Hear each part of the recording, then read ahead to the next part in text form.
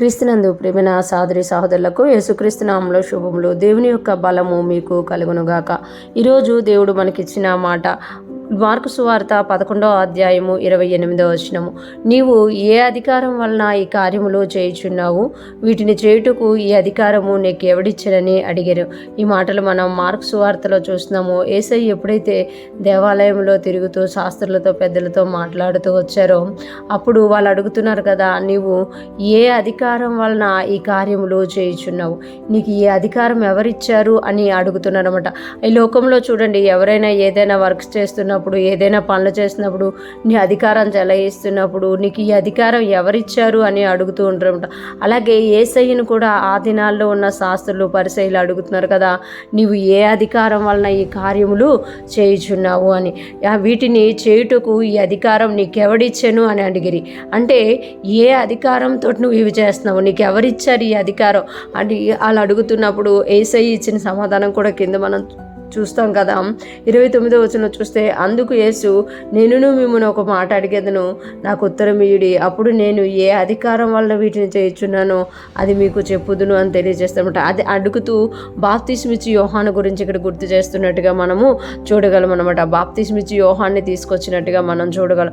అంటే ఏదైనా పని చేసినప్పుడు, ఏదైనా కార్యాలు చేసినప్పుడు, ఏదైనా బోధ చేసినప్పుడు నీకు ఈ అధికారం ఎక్కడి నుండి వచ్చింది? వాళ్ళందరికీ అర్థమైతే లేదనమాట. యేసయ్యకి ఈ అధికారం ఎక్కడి నుండి వచ్చింది, ఈయన ఇన్ని అద్భుతాలు ఎలా చేయగలుగుతున్నారు, ఈయన మాట్లాడితే అందరూ కూడా ఆకర్షితులు ఎలాగవుతున్నారు, ఈయనకి ఈ యొక్క అధికారం ఎవరిచ్చారు అని తెలుసుకోవాలనుకుంటున్నారు. కానీ నిజానికి వారు తెలుసుకోవాలనుకున్నది దేవుణ్ణి మహిమపరచడానికి కాదు, యేసయ్యని హింసించడానికి. యేసయ్య ఏదో తనను తాను హెచ్చించుకుంటున్నారు అన్న భావనతోటే వారు అక్కడ అడిగినట్లుగా మనము చూడగలం అనమాట. ఈరోజు ఫ్రెష్ మన వింటున్న ప్రతి ఒక్కరూ జ్ఞాపకం చేసుకోవాలి, యేసయ్యకి తండ్రి ఎలాగైతే అధికారం ఇచ్చి పంపించి ఆయన కార్యాలు ఈ భూమి మీద చేయించారో మనల్ని కూడా దేవుడు అదే యొక్క కృపతో పంపించారన్నమాట.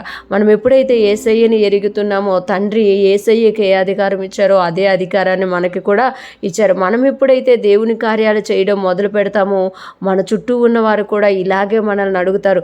మనము మోషే విషయంలో చూసినప్పుడు కూడా మోషేని అంటారు కదా, మా మీద నీకు అధికారిని గాను తీర్పరి కానీ ఎవరు నియమించారు అని అడుగుతారు. అంటే ఎప్పుడైతే మనం ఒక మాట చెప్తామో, ఒక కార్యము జరిగిస్తామో, ఒక అధికారం తీసుకుంటామో అందరూ ప్రశ్నించేవారుగా ఉంటారు. కానీ దేవుడు ఎవరికైతే అధికారం ఇస్తారో ఆ అధికారం శాశ్వతమైనదనమాట.